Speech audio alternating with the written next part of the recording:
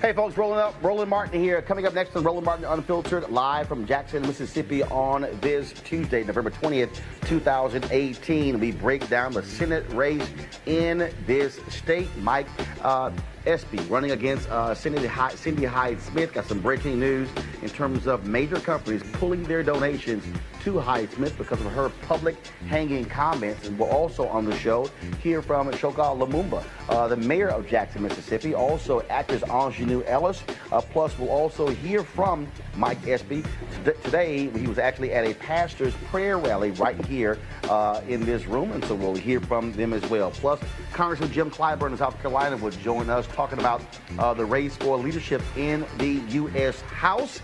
And we also talk with the head of the National Medical Association. Yesterday, a black doctor was gunned down at a hospital in Chicago by her former fiance. Domestic violence leads to the death of several people in Chicago. We'll have those details as well. Folks, we've got a packed show from Mississippi. Also joining me on the show will be the daughter of Medgar Evers, talking about the importance of voting.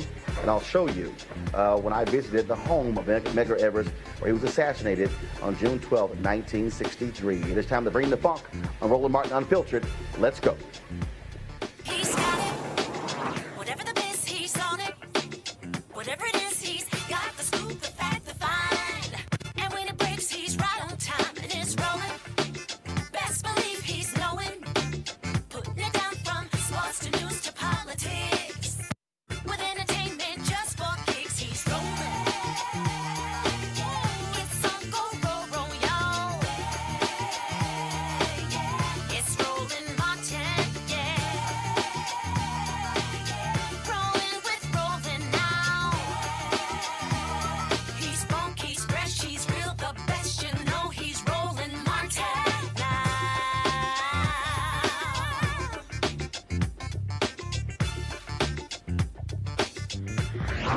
Martin. All right, folks, 7 days before the U.S. Senate race in Mississippi takes place on November 27th, pitting former Department of Agriculture Secretary Mike Espy against a Republican incumbent Cindy Hyde-Smith. It is a race where internal polls show Espy is within striking distance of Cindy Hyde-Smith. 944,000 people voted on November 6th for the three candidates. Espy and Hyde-Smith were the top two in that particular campaign, and you had more than 300,000 folks who actually voted for Espy, putting him in the top three. It is a battle for votes trying to replace Thad Cochran, of course, who retired due to health reasons.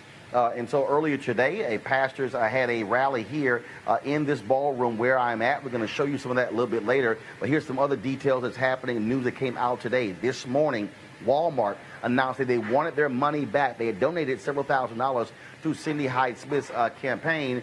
But after the backlash from her public hanging comment, they said those comments are not consistent with the values of Walmart or its customers. They want their money back. In addition to some other companies, Union Pacific, Boston Science, have also asked for their contributions to come back. In addition to that, there's a new photo that's going online with Cindy Hyde-Smith dressed in Confederate gear.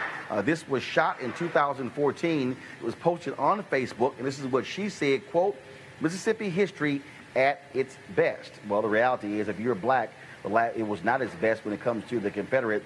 Of course, you might remember Jefferson Davis was a United States Senator from Mississippi, and he left the Senate to become leader of the Confederate. Well, We call him America's greatest domestic terrorist. But Mississippi is very much in love with their Confederate history. In fact, Governor Phil Bryant declared April to be Confederate History Month. Yeah, and also this is the same state that continues to have the Confederate symbol in their state flag, on the state's flag, the last state in the Union to do so. As I said earlier today, more than 300 pastors were in this room meeting to show their support for Mike Espy and his campaign. They also got their marching orders in terms of what they wanted them to do. And so we're going to show you a couple of those videos. So first off, let's go ahead and play that first video from earlier today, folks, at the pastors' meeting here in Jackson, Mississippi. You know that we're going to be debating tonight, God willing, in about 5-6 hours. Yeah, man. And that thing is strange because, you know, after the election, they didn't think that we would be in the running. You know they thought that this thing would be over. Yeah, yeah. You know that they had all hotel rooms already booked out to go back to Washington. But you said, with your prayers, and with your votes and your support, you told them not so fast. Not so fast. Mississippi's got to change. Mississippi got to change. We have no more time to wait. Yeah, man. We had someone to make these statements. And you know what they were. I'm not going to repeat them. Yeah, man. Her statements went viral in the last 5 minutes after she said it. Everybody heard it. Yeah, man. They heard it at Jackson State about suppression. Yeah. They heard it at Rust. Yeah, man. Yeah, man. About the other school. They heard it at Alcorn. Is that the liberal college she talking about, Betty? I don't know. Everybody heard it.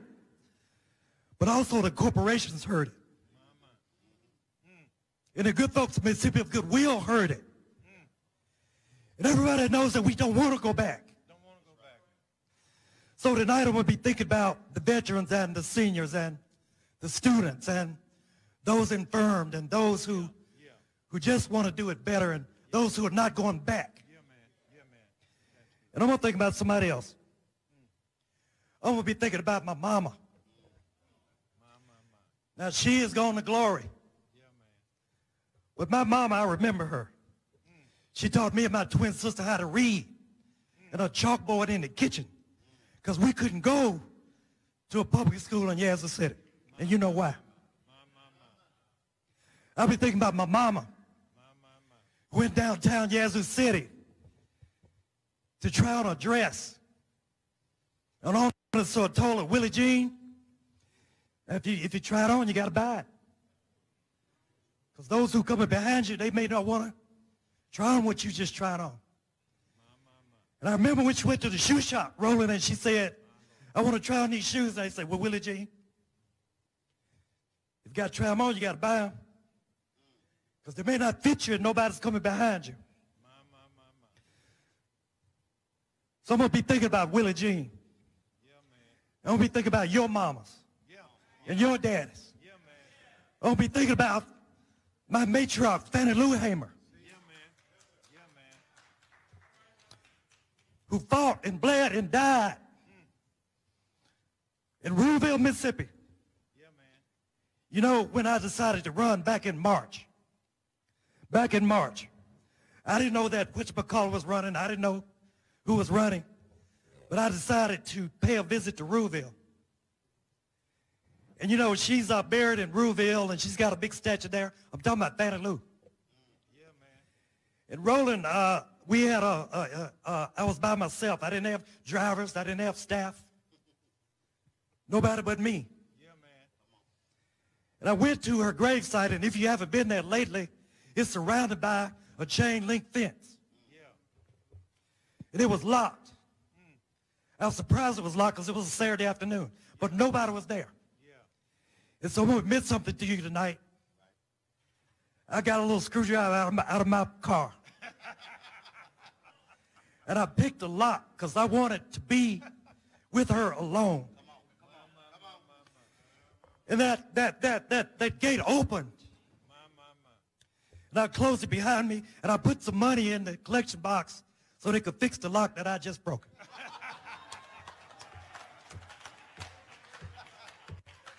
I said, Betty Lou, this is Mike. Mike. You're the one that ran for Congress in 1964. Yeah, man. Knowing that you could not be elected. Yeah, man.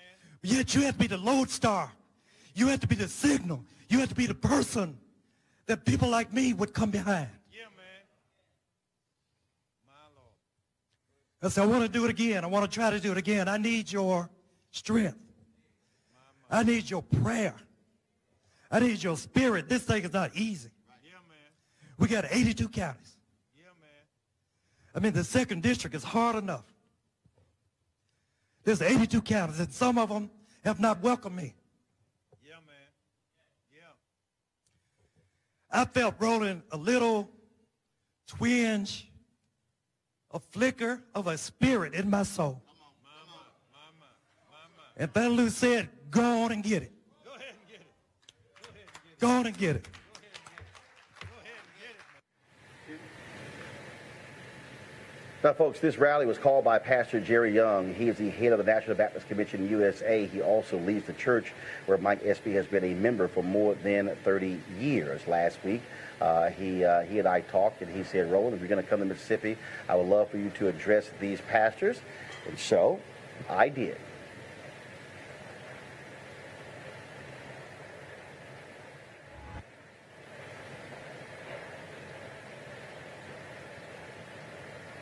This is a different state in a different place when it comes to our people. Yeah. When I landed on Sunday night, got my rental car and was driving and waiting on my crew to land 2 hours later.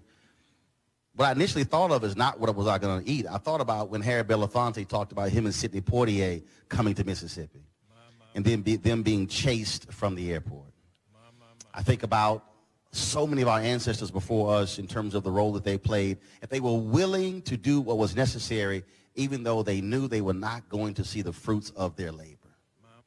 See, what I understand is when I listen to certain people who want to lead, what I look for, people often talk about who was a Moses, who was a Joshua, but see, I look for modern-day Nehemiahs.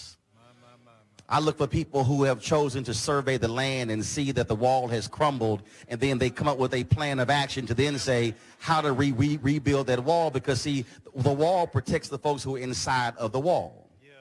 And see, you remember, see, Nehemiah went around and he actually looked at the wall and said, okay, we're going to do this, this, and this. But if you read it again, it says the people said, let us rebuild. Let us do it, Doc. Didn't say let Nehemiah rebuild. Then, of course, as you keep reading the next chapter, you begin to read it where it begins to say that also Nehemiah said, and look, there are going to be some haters, some people who say that you can't make this happen. And I've already heard from some haters who say there's no way in the world a black man could somehow be elected in Mississippi. Oh, he black and Democratic? You've lost your mind. But see, Nehemiah said there will be haters, and he said, ignore the haters, keep working. Yeah, man.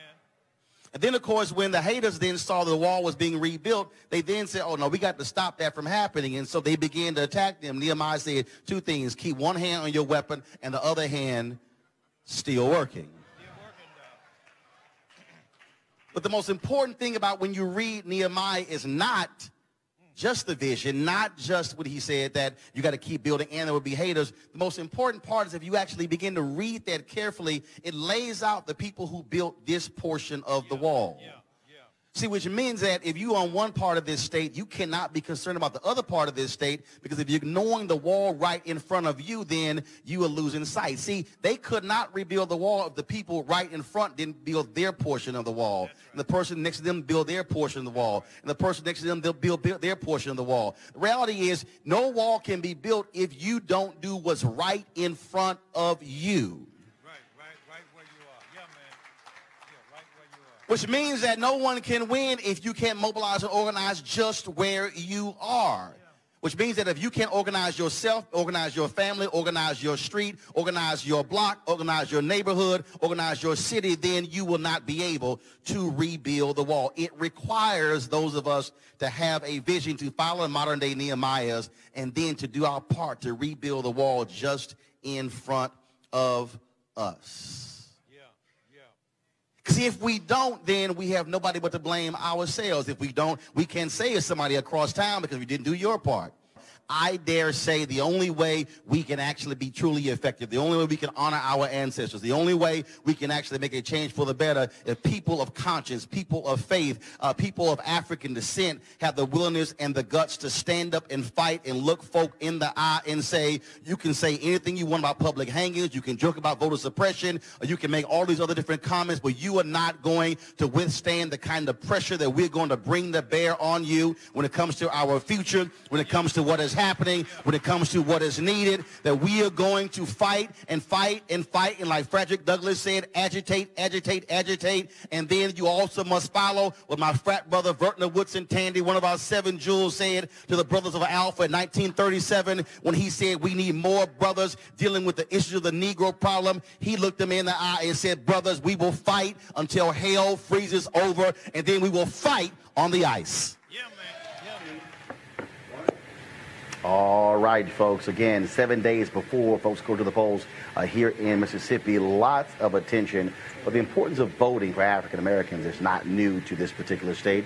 You heard Mike Espy refer to Fannie Lou Hamer in that particular speech. Also, one of the folks who was very much involved in the battle for civil rights and voting rights was, of course, Medgar Evers. He was the field secretary for the NAACP here in Mississippi, Army veteran, who was assassinated in his driveway as a result of his fight for the rights for African Americans. And joining us right now is his daughter, Reena Denise Evers.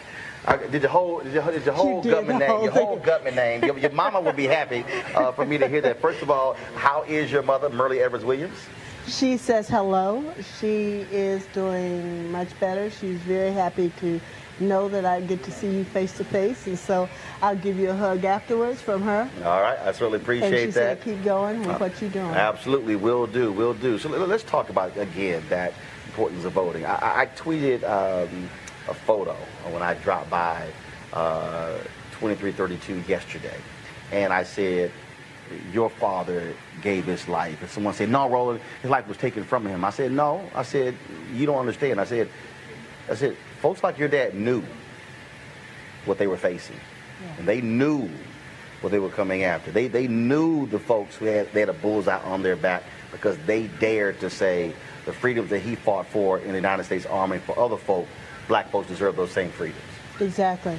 And, you know, thank you for saying 2332 Guine Street, even though it's Margaret Walker Alexander now, which is wonderful because it's named now, what was it called then?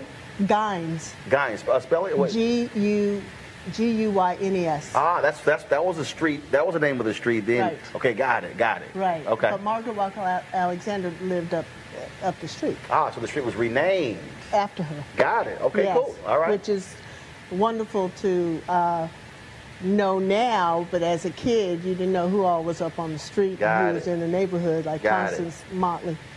You know, talking about the given his life, they have, the civil rights activists and other activists, given their lives as opposed to being it taken away. You know, from a personal daughter view, it was taken away as a kid. But as you get older and you understand all that they were doing, especially my father was doing, he knew what he was doing, just like you said. And they knew what they were doing. The threats that came in all the time into the house, the threats that came to us in person, was critical in shaping my father's steps, because he knew that he was putting not only himself in danger, but his family in danger. But as he said in an article in Ebony, you know, he lives in Mississippi, and he won't leave Mississippi, because this is where it starts. It starts of not just reconciliation, but understanding of respect and rights, God-given rights. And so going through being taken, God takes you, but also what I know for sure is God gave him his mission. and he was fulfilling his mission. It has to drive you crazy, knowing full well what your dad was doing, and to hear people say, I don't vote, it means nothing to me, or this is a waste of time, voting changes nothing. I had somebody post earlier something Malcolm X said. I said, well, first of all, dude, you can't even remotely talk about what Malcolm X was saying in 1960 or 61 or 62, 63, when black people were still trying to even get their right to vote. And so how does that has to irk you, knowing full well just the hell that your dad went through and your family went through and black folks went through just to be able to register and have folks say, man, this is a waste of my time. Not just to register, but to pass the test that they had to pass at that time. Yes, it more than irks me. And actually, I have a couple of friends who of different ethnic backgrounds that have said that to me. Well, Reena, I'm sorry to say this to you, but, I'm not going to vote. And I said, and why not? Well, what does it matter? I said, one vote counts. One vote counts in a lot. I said, does your life matter to you? Do you know what your rights are? First of all, you are privileged at this time, and I use that word very lightly. You're privileged at this time to be able to walk wherever you want to walk, to be able to go into a restaurant of your choosing, to be able to go, as I heard Mike Epstein said earlier, try on clothes in the high-end stores without being told to go out or told that you can't try on. You have to buy it and you can't return it. You have to, gauge what your clothes size would be in order to get it, or be totally refused to be able to go into the store. And that's what happened. And what irks me, really gets me, is that people think that this was centuries ago. This happened my lifetime. I'm 60 years old. And I'm 63 years old, and I'm proud of it. Right. Your mama proud when she give her age. Go yes, ahead. She is. Yes. And so what irks me is that, do you realize what is happening now happened then? You're not that far removed. That's really 50 years ago, 60 years ago. Your parents, your grandparents lived through this. You're living in a day where you have the opportunity to understand what's going on by technology. Most people carry around cell phones. Cell phones are little computers that give you the knowledge that all you have to do is say, hey, Google, ask about the 13th, 14th, and 15th Amendment. Mm-hmm. Ask about slavery. What are those amendments about? Reconstructive, right after civil rights. The Civil War. That was the whole purpose of civil rights, of the movement. And the movement started not in the 1900s. It started actually right after this country in 1700s, the late 1700s, early 1800s. So my real concern, not my real concern, my focus, and so many of us are about educating about why you need to do this. You need to understand that what so many people died for because of their beliefs and their commitment to you in this generation and next generation, that should make an impact on you. You should want to go out and give your voice to what your life is about. You pay taxes. Now, some of you might say you don't pay taxes, but everybody pays taxes. You pay sales tax, don't you? So where do those sales taxes go to? They go to what the government decides is going to be good for you or not. What programs, you know, the younger children are not being able to have after-school programs.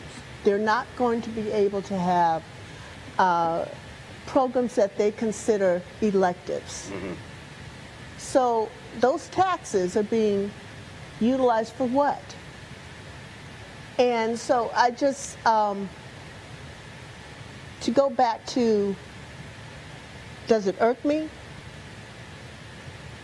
It has a fire in me that it had, I believe, in my father, in Amzie Moore, in Sam Bailey, in Vernon Damer, in Fannie Lou Hamer, and so many, because they were at the podium all the time. It didn't have to be a podium in front of a large audience. It was each and every one, and that's what we have to do, to educate about your rights.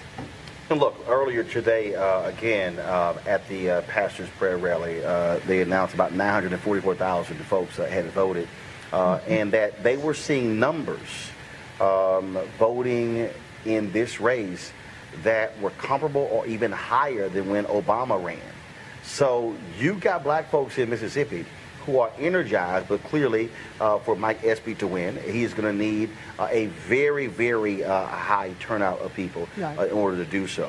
And so I just want folks to understand it's not like people are ignoring this, but the reality is, again, for me, I'm still a firm believer that even one person sitting at home, not using their power, to me, it makes no sense whatsoever.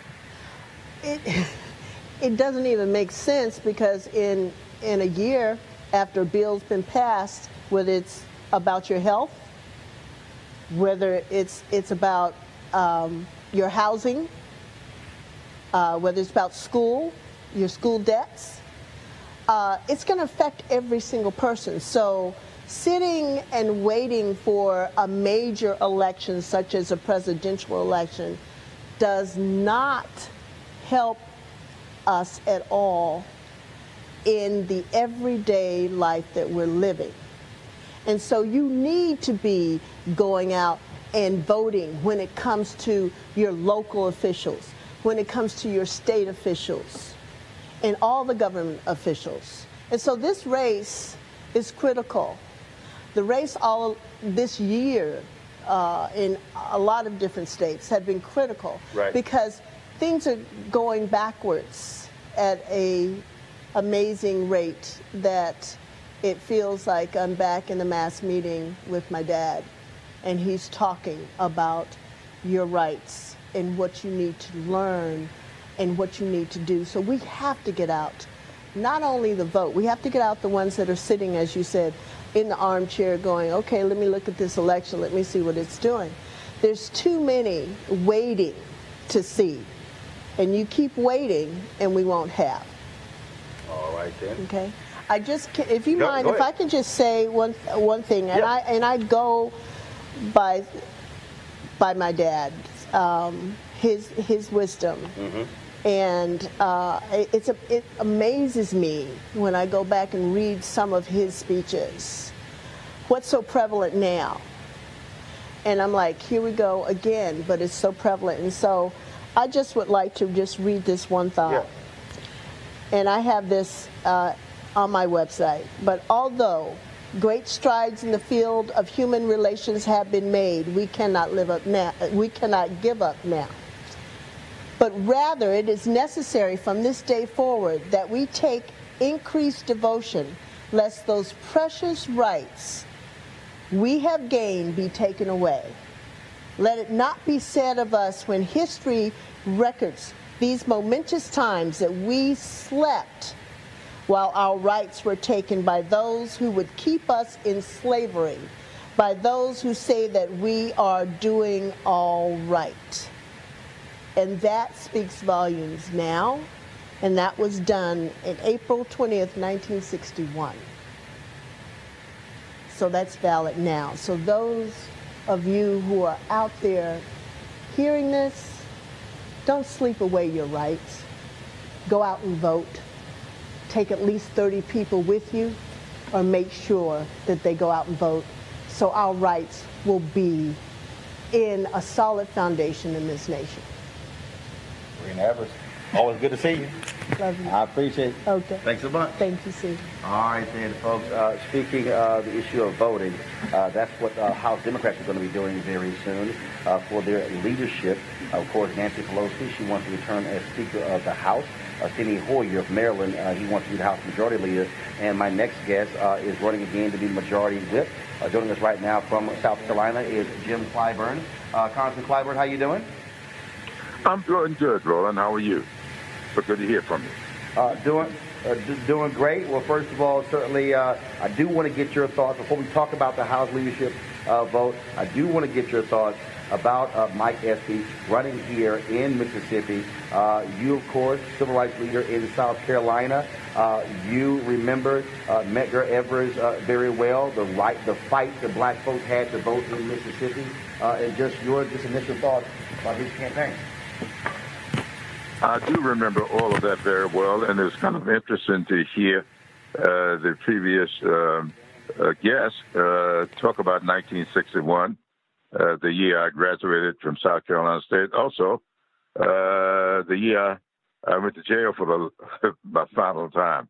And it was all about trying to get the right to vote off the back of the bus into making individual decisions based upon whatever you were capable of rather than because of your skin color.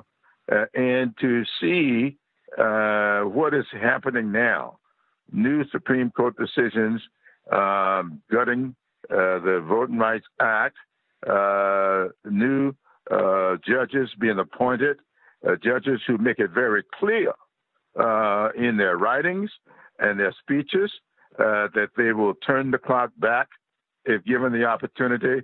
And one of the checkmates to all of that is the Mike Espy race down there in Mississippi.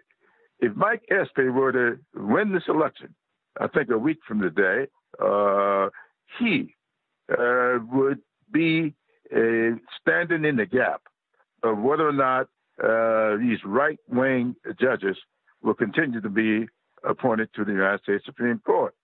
I am hopeful that people in Mississippi will turn out in record numbers, something similar to what the people in Alabama did when they stopped Judge Moore. And things are lining up for that to be the case. Judge Moore made who he was and still is, I suppose, very clear in things he did and things he said. And people were incensed by it.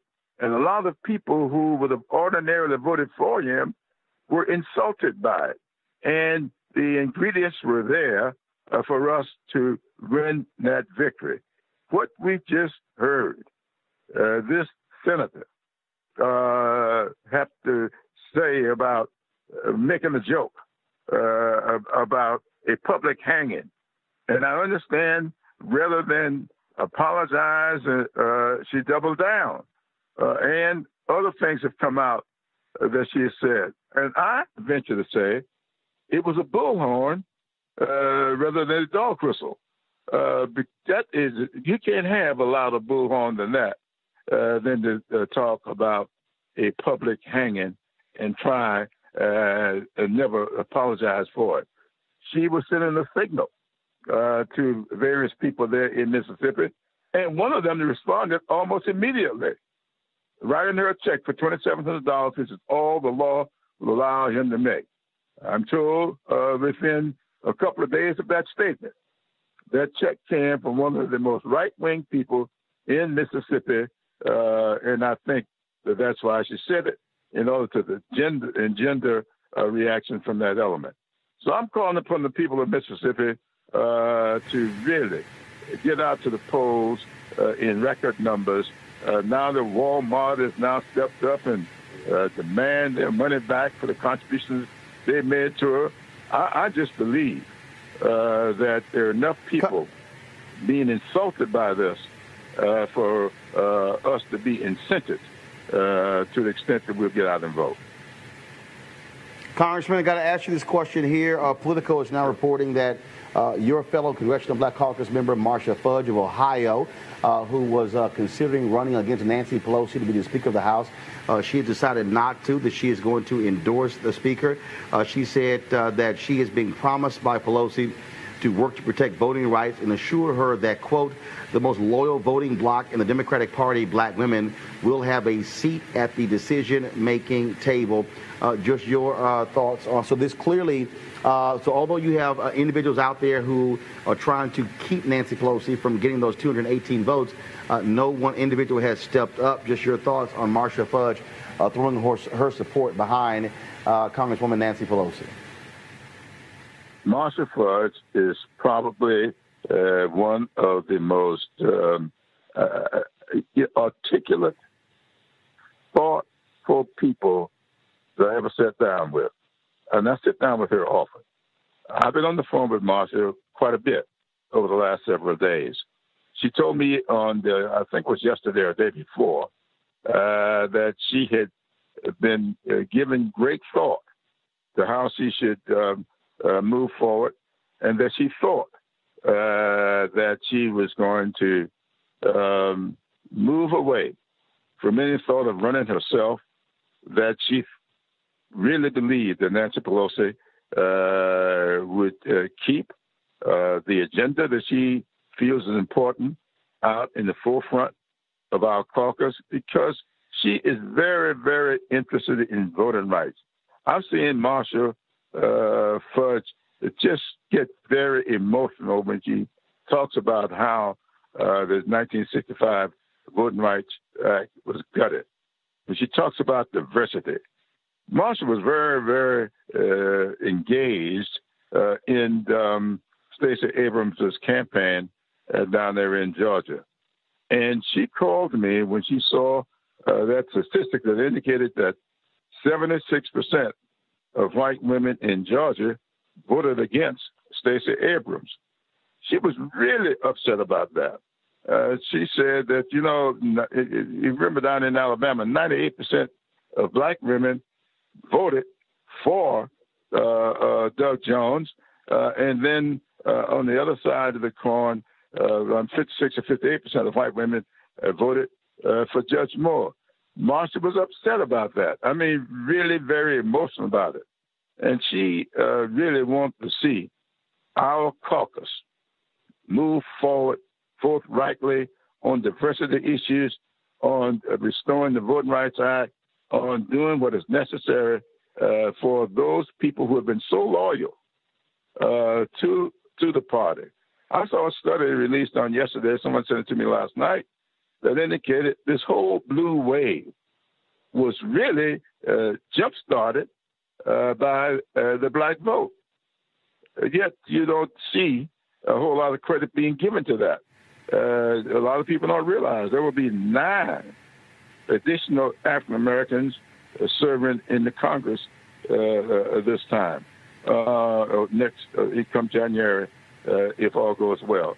And so Marcia Fudge really, really was upset by some of the language, some of the comments that she heard, and people not giving proper credit to what African Americans have done with the Democratic Party.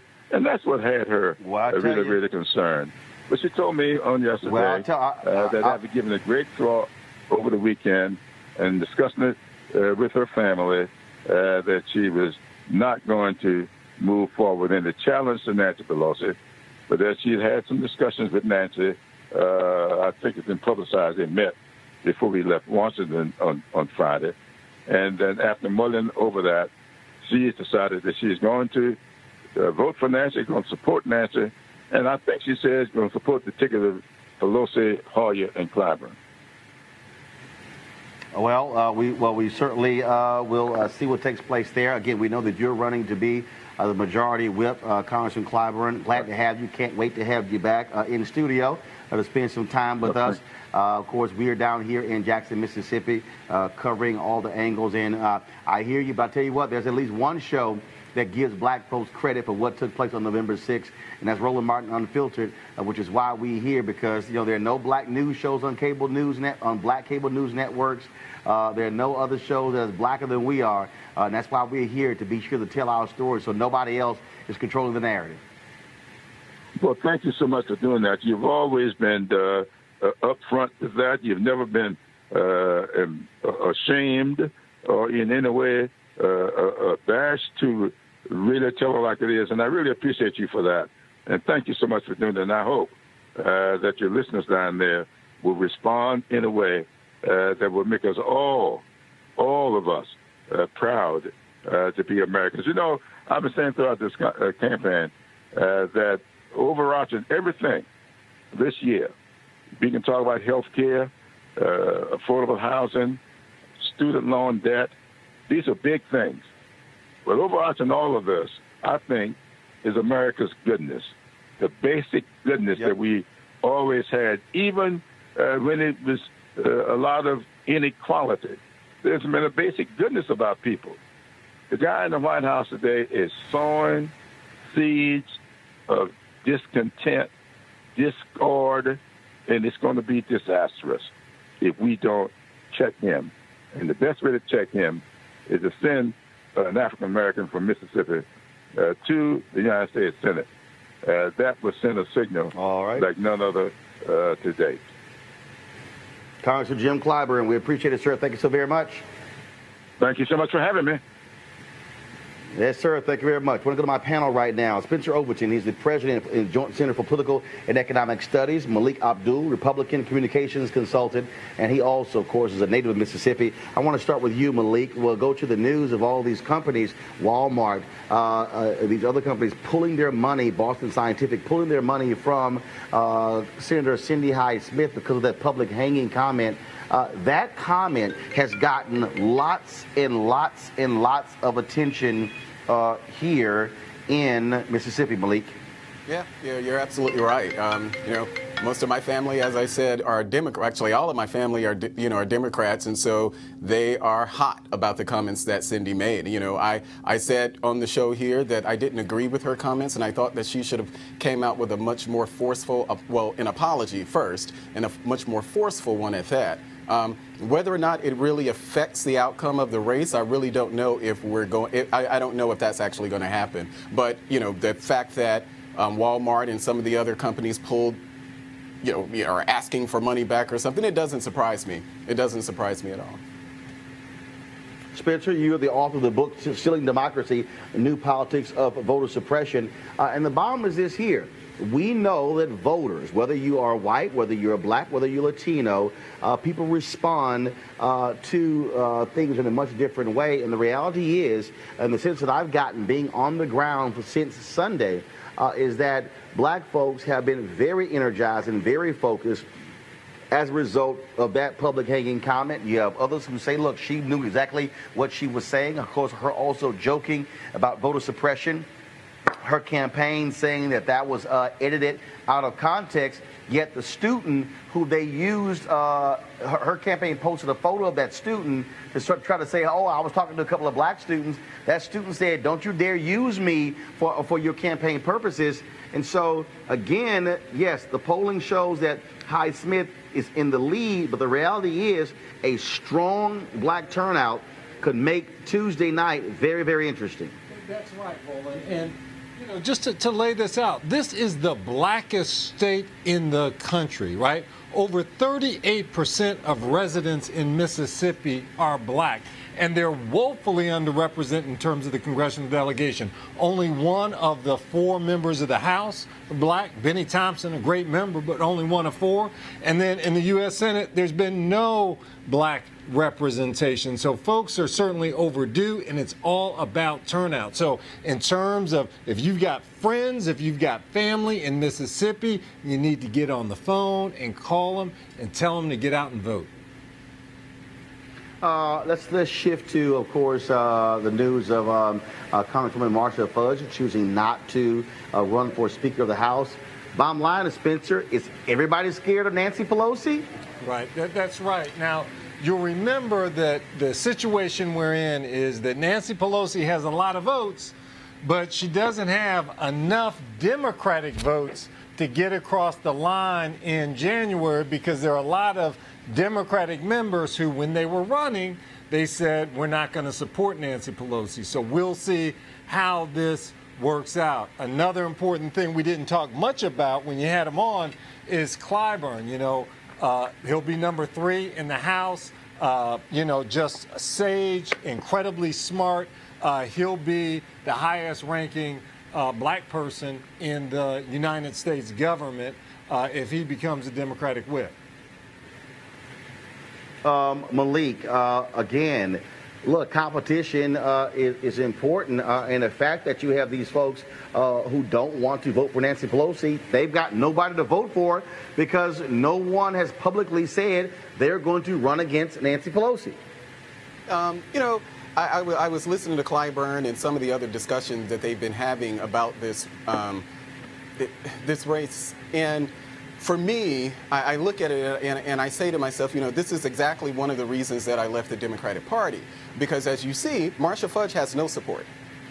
The Congressional Black Caucus, the largest caucus in the House, she wants to run and she gets no support. And it's reminiscent to me. No, hold up. No, that is not true. Well, it is not true that she does not get any. Okay, well, Malik, that was an exaggeration. Malik, yeah. Malik, I've talked to congressional members. Marcia Fudge does have support, but one of the decisions as to why folks are not running is if they don't believe they can get 218, they're saying, I'm not going to make a run for it. But that's just not true. Okay, yeah, and I apologize for that. I shouldn't have exaggerated the number, but the idea is that she still doesn't have the support. She has some support, but she doesn't have enough support to win. And here we are for the CBC, and I think I read somewhere that members of the CBC weren't even fully behind her. How can you not be fully behind someone, you know, a member of your own caucus? And this is the problem that Democrats have. You know, even if we're talking about the race down there in Mississippi, Mike Espy started running in March. Thanks, Joe Biden, for showing up in what, November? You know, I appreciate the natural interest in the race, but the reality is that Mike Espy has been running since March, and he's had no support from the larger Democratic Party. They weren't interested in talking about Mike Espy because they were more interested in talking about Gillum. They were more interested in talking about Abrams. So now I got to push back on Malik on this House issue, right? And I got to push back because if you look at the Republicans in the House, I mean, we've been through speaker after speaker because it's such a difficult group to manage here. I mean, we basically have Paul Ryan leaving because it's just a difficult group to manage. With Nancy Pelosi, you've got someone, you know, certainly she's got her defectors here, but she does have a significant amount of support. She's raised over $100 million for the Democrats in terms of doing this. And so certainly I think the Republicans have been much more so cats scrambling every which way as opposed to the Democrats. And it takes real strength to hold so many different people in line. Yeah, I'm not going to, I give Nancy credit. She's very talented. She's a skilled tactician. She's great. But the reality is that there sits Marcia Fudge, and she has no support. Well, she has very little support, and it doesn't seem like she has that from her caucus. Okay, again, you have support there. It may be 60 to 100 votes, but you need 218. That's really what the issue there is. All right, folks, gentlemen, hold tight 1 second. I got to go to a break. And so I want to share a message from one of our partners, folks. As we transition into the holiday season, this is the time when people are starting thinking about giving and also sharing. And sometimes the best gift is when you actually present an opportunity to yourself. Give yourself your own gift. That's why our friends at Transatlantic Real Estate have created an investment opportunity for the everyday investor involving legal marijuana and crowdfunding. Now, we all know that legal marijuana has created one of the fastest growing industries in the country, no pun intended. Also know that crowdfunding makes it easy to be an early investor of an opportunity, but it gets even better. What Transatlantic is doing is different. And that is their business model is essentially buying the land that supports marijuana grow operations and leasing it to licensed, high-paying tenants. Now, what that means is you will be a landlord of a licensed marijuana farm in a high-growth market. Now, they're accepting investments for little as $300 up to $10,000 before the company goes public. Now, here's what's important. You must complete and confirm your application to participate. Again, complete your application and confirm your application to participate. Now, you can spend all your holiday money on gifts, but what if you get a return on your investment? You could also could consider making an investment for somebody else, and that could be their gift. That's a hell of a holiday gift. Now, to get started, go to marijuanastock.org, marijuanastock.org, for you to get into the game. And so we certainly want you to do so. All right, folks, time for our hashtag HBCU Giving Day University. Don't forget, you can go ahead and roll the graphic if you want to. Of course, it is Jackson State University, founded in October 23rd, 1877. One of his great graduates is Walter Payton, also Cornell William Brooks, former CEO of the NAACP, as well as Congressman Benny Thompson and Rod Page, former Secretary of Education for the United States. So as you support Jackson State, go to www.js.ums.edu, js.ums.edu. And graduates of Jackson State, we want you to also give back to help there. Folks, a tragic and sad story out of Chicago where a gunman killed 3 folks, including himself, yesterday at Chicago's Mercy Hospital. One of the folks was a Chicago cop, including a pharmacy technician, but the shooter came there to confront his ex-fiancée, Dr. Tamara O'Neal, 38 years old. She was described as dedicated to her church and her patients. She graduated from the University of Illinois College of Medicine in Chicago just 2 years ago and had worked as a resident at Mercy for 2 years. Folks, she's now dead. She was shot repeatedly by a man with a history of bad behavior towards women.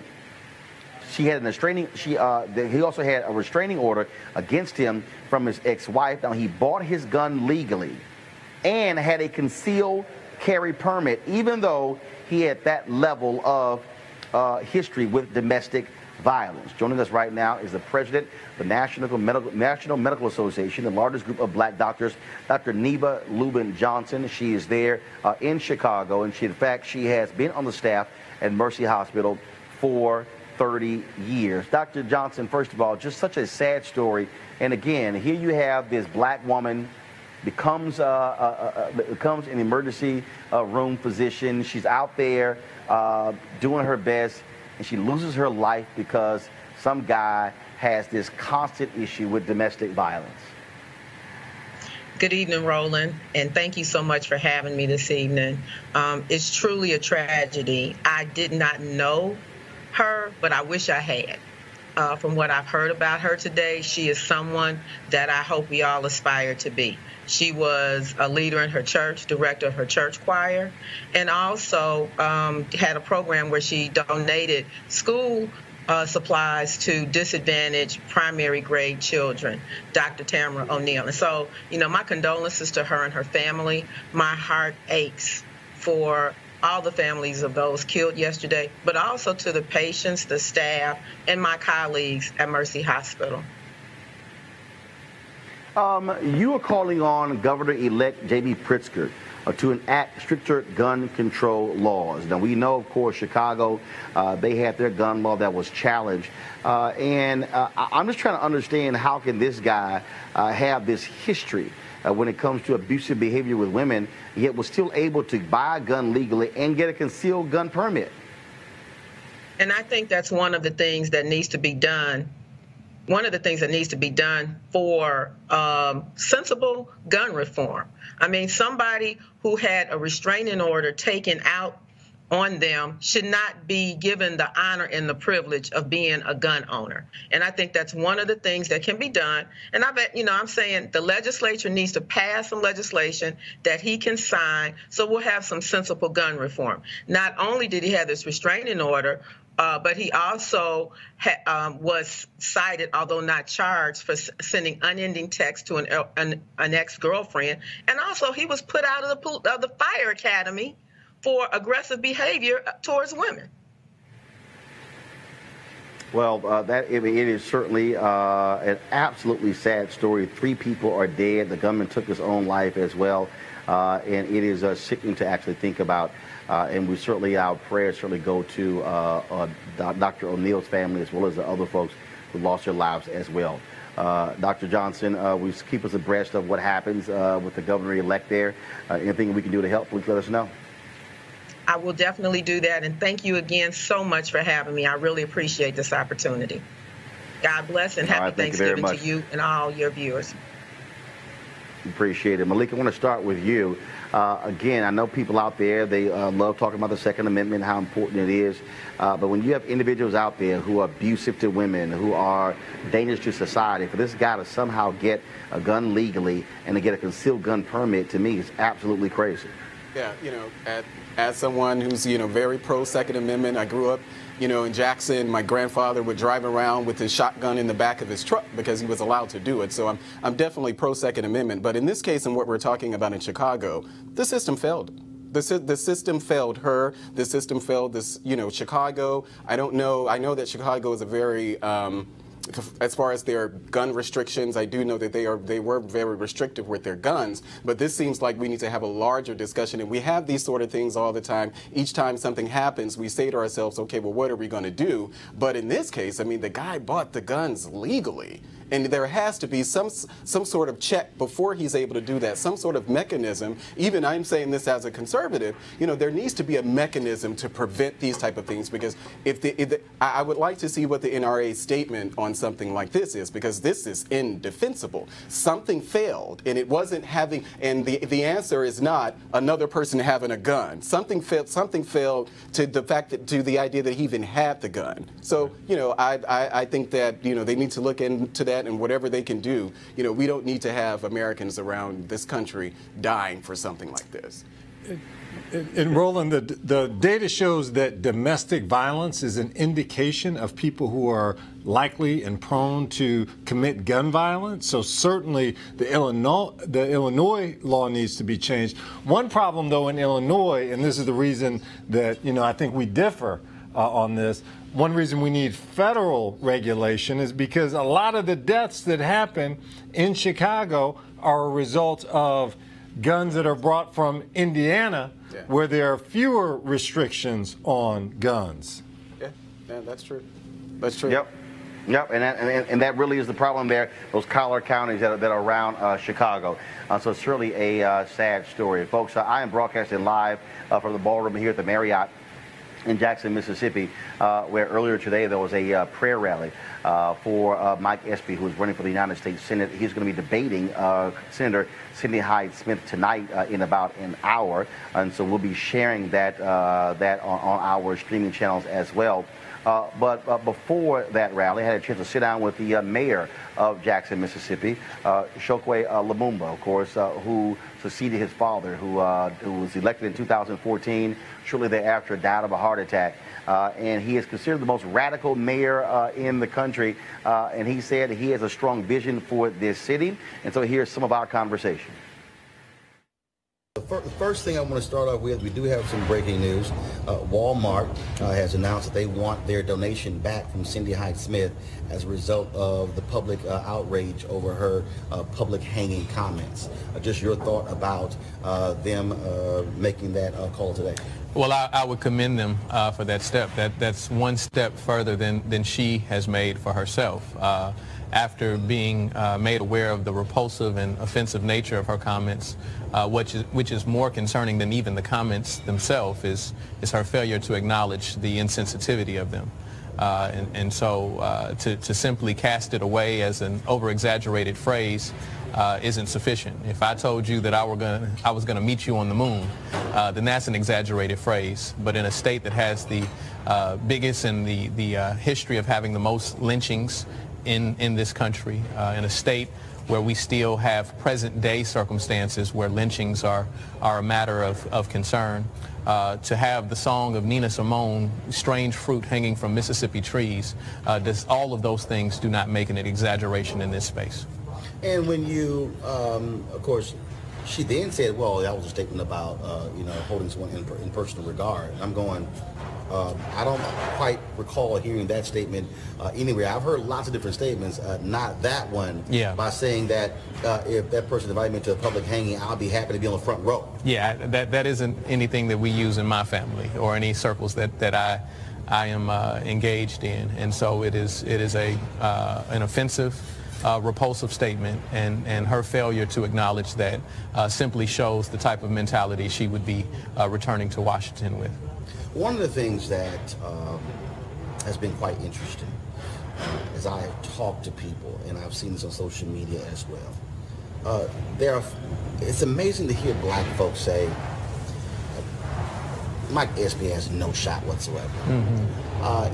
And certainly understand the history of this state, understand it's a very red state, understand that, but it comes across as this complete defeatist attitude, as if there's just no way possible, it will never happen, when we can go back to folks in Virginia saying the exact same thing about Douglas Wilder, folks saying the exact same thing about Senator Barack Obama when he ran.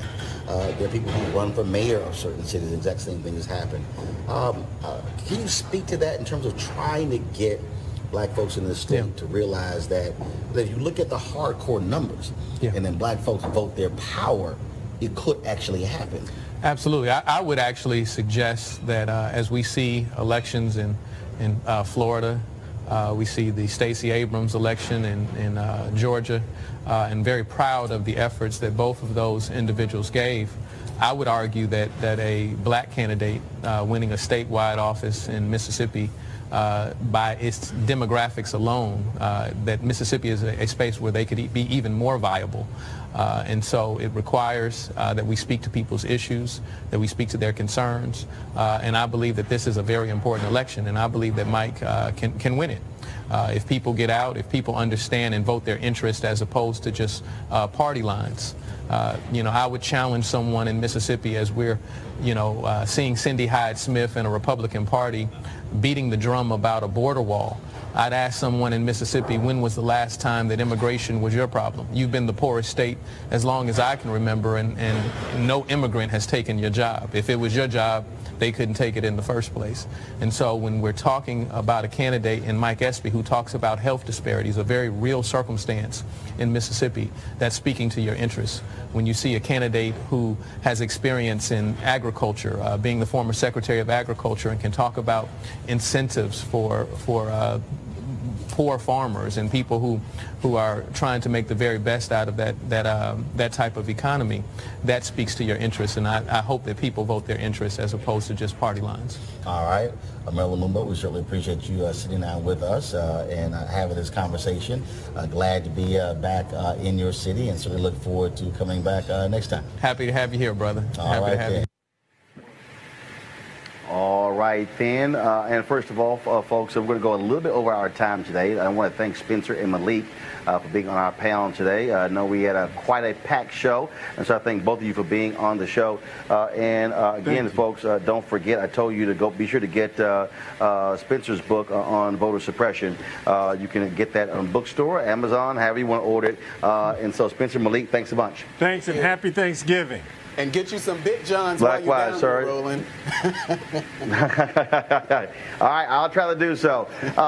Folks, of course, also, in addition to talking to Chokwe Lumumba, the mayor of Jackson, Mississippi, I caught up with a native of this particular state. She lives in Macomb, Mississippi. Actress Aunjanue Ellis. Of course, you see her on a number of television shows, including Designated Survivor, as well as starring in Ava DuVernay's upcoming movie on the Central Park 5 on Netflix. And here's a portion of our conversation. When you hear black folks say, I don't care, he has no shot, it can't happen, it's a waste of time, how do you respond to that? Because I've actually heard that. Folks have actually said to me, like, he has no shot. It's a waste. He can't win. So in the face of that, you resort to acceptance? That's what you do? I mean, that's your strategy, is acceptance? I mean, what if Fannie Lou Hamer accepted her life as a sharecropper in Mississippi? The Democratic Party would not be what it is today if she did that. If we chose the route of acceptance, where would we be? I mean, I hear this all the time because I get very frustrated in the battles that I choose to fight, because I feel like it's just me and a couple other people that's doing it. And folks tell me all the time, you know, Aunjanue, a lot of times in these movements, it was just a couple of people. Yes. Who were willing to show up with 2 or 3 touch and agree. You know, that's what essentially made a movement, because it was just a couple folks ready. Now, folks came out for the cameras, came out to be in the street because it was sexy. But the folks that were like really doing the work, it wasn't a whole lot of people doing that. Well, the Bible does say the harvest is plentiful, but the laborers are few. The laborers are few. The laborers are few. So I mean, and also I get that. I have a lot of empathy for that, because if you grow up here, and Mississippi is a culture of low expectations, not just for black folks, for everybody. It's a culture of low expectations. So if I grew up here, and one of the first things that we did before we got out of school, instead of we didn't even know about what the SAT was. We didn't know what the ACT was. I had the vocational counselor happened to be a black man, and we were down there talking to him one day about what, I have no idea. And he said to me and Veronica Stanberry, he said, have you guys taken the ACT yet? Have you guys taken the SAT? And we were in the 11th grade, and we said, what's that? What is that? But I tell you what we had taken. We had taken the ASVAB, and the ASVAB is the admission test for the military. So we were good enough to put our lives on the line, but not good enough to go to college, right?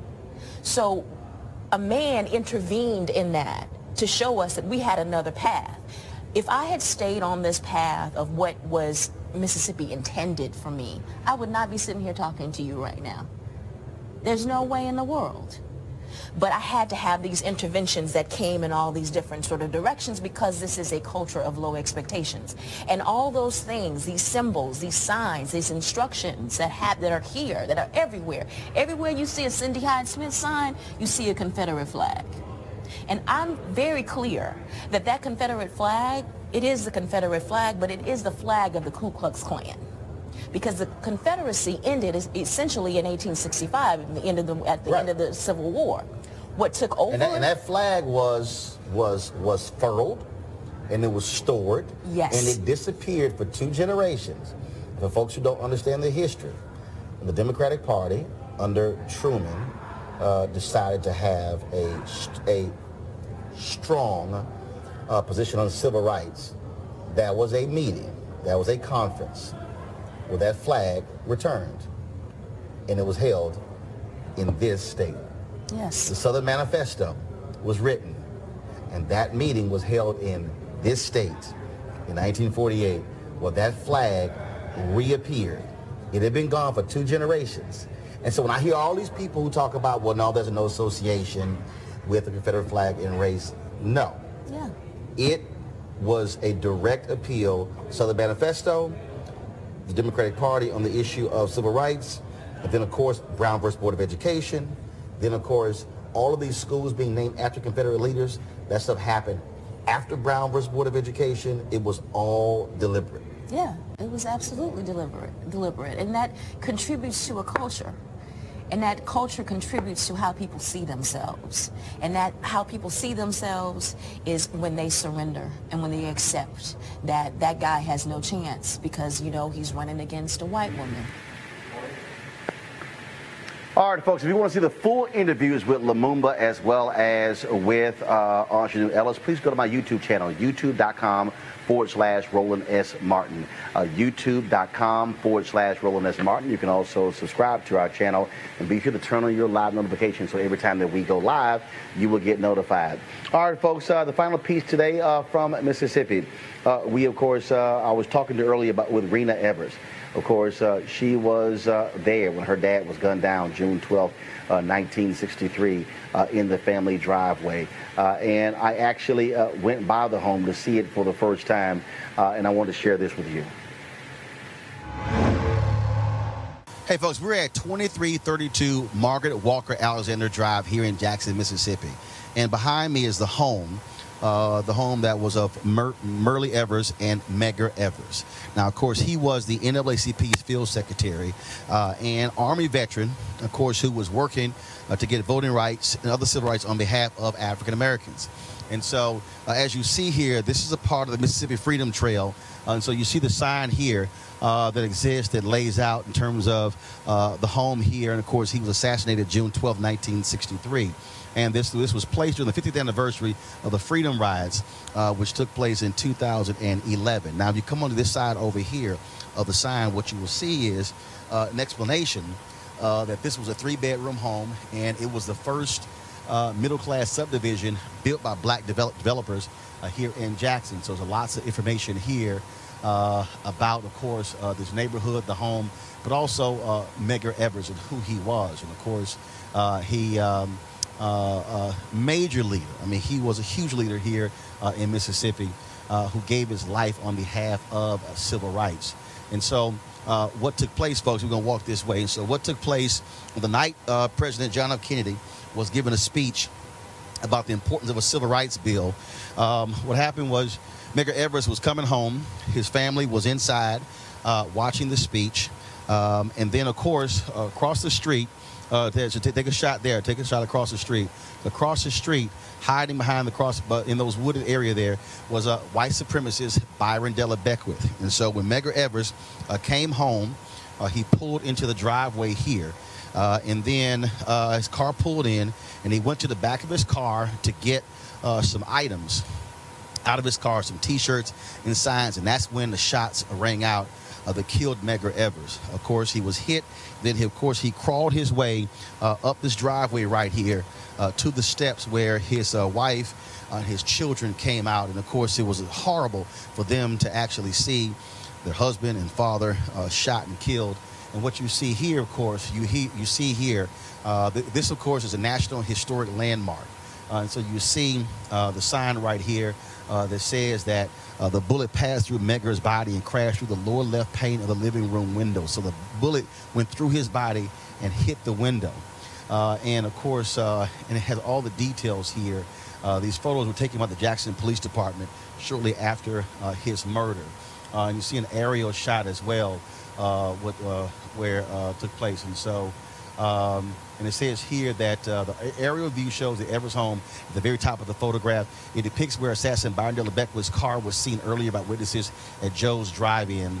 And, of course, spot number 2 indicates Beckwith's hiding place from which he fired the shot that killed Medgar Evers. And so, of course, as I said, it's a National Historic Landmark.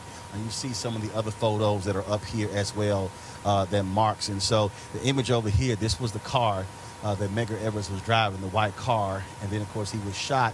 And then again, after he was shot, he made his way, crawled under the carport to his family there. Why is this important? Because Medgar Evers was an American hero. Medgar Evers was a brother who gave his life for civil rights. And here we are in Mississippi, 2018. He was assassinated June 12, 1963. And it was his death that was one of the sparks that led to the 1964 Civil Rights Act and, of course, the 1965 Voting Rights Act. And this is a man who, again, gave his life, was fighting on behalf of other black folks. He served his country, served in the military, bled, came home, but could not enjoy those same freedoms. And so here we are in 2018, U.S. Senate race. African-American Mike Espy is running for the United States Senate. The election will take place on November 27th. And for a lot of people out there, they say, well, I don't really see why it matters. The reality is it matters because we're standing on hallowed ground. We're standing on the very place where Medgar Evers died in order for people to have the right to vote. Now, you might not say that doesn't mean anything, but the reality is a wife, children lost their father in order for us to have the right to vote. I don't care who you are. I don't care if you think that politics doesn't matter. If you say you don't vote, then the ancestors, like Medgar Evers, are crying out because why did they give their lives in order for too many of us to stay at home, to sit on the couch, to complain, to say what should happen and what isn't happening? The reality is he understood the power of that ballot. And the reason he was assassinated is because people like him were scared to death of the day when black folks utilize that power. Folks, stay woke, be woke, and vote. In Mississippi, November 27th, every single black person in this state who is registered should be lining up at the polling station to vote because Medgar Evers gave his life to make sure you had the opportunity to do so. All right, folks, that is it for us broadcasting live from Jackson, Mississippi. We certainly appreciate all the great hospitality we've had here, the Marriott Hotel, all the staff here. They've been phenomenal. Also, of course, the folks from the Prince Mason Lodge as well and the NAACP where we broadcast on yesterday. Thank you for all the guests that we have had. Thank you for also watching. Please be sure to share our content. First of all, we want you to keep supporting Roland Martin Unfiltered by going to RolandMartinUnfiltered.com and joining our Bring the Funk fan club. Your donations to our fan club actually make this show possible, make it possible for us to be able to be on the ground, traveling across the country, and then being able to share these stories, these critical stories with you. And so we certainly appreciate it. Tomorrow, folks, on the show, my special with actor, yes, actor, musician, philanthropist, producer, John Legend. The conversation we had in Los Angeles. I think you're really going to enjoy this conversation. So we're going to be taking a little time off because of Thanksgiving. But so we look forward to you watching the John Legend conversation. And we'll also, of course, be sharing with you my discussion soon with Common and, of course, Nikki Giovanni, Lori Stokes, the book about her father, Louis Stokes, also Constance White, former editor of Essence Magazine, and her book. So we got some great stuff lined up for you. But tomorrow you'll be hearing from John Legend as I travel back to Washington, D.C. I want you to have a great Thanksgiving. Enjoy your time with your families. Don't eat too much. You know what I'm going to have? Some gumbo. Y'all can keep the turkey. That's what I like. And so, again, please support us, Roland Martin Unfiltered. Go to our YouTube channel, please, youtube.com/Roland S. Martin. Share our clips, watch our clips, join, subscribe to our channel as well. And why am I telling you to do that? Because here's why. I'm just going to be perfectly honest with you. There are 3 streaming channels out there, Facebook, Periscope, /Twitter, and YouTube.